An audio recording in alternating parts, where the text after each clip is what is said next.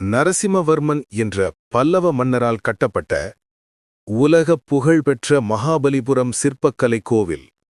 அதுபோன்று புதுக்கோட்டையில் இருக்கும் சிற்பக்கலை கோவில் தமிழர்களின் வியப்பூட்டும் கட்டடக்கலையை அதை பறைசாற்றி தற்போதும் மிக நீர்த்தியாக காட்சியளிக்கும் கோவில் மற்றும் அதன் சுற்றம். இதை கட்டியவர்கள் யார், இந்த பழமையான கோவிலின் வரலாறு என்ன என்பதையெல்லாம் தெரிந்து கொள்ள நம்முடைய கடலக்கடை சேனலை சப்ஸ்கிரைப் செய்து வைத்துக் கொள்ளுங்கள்.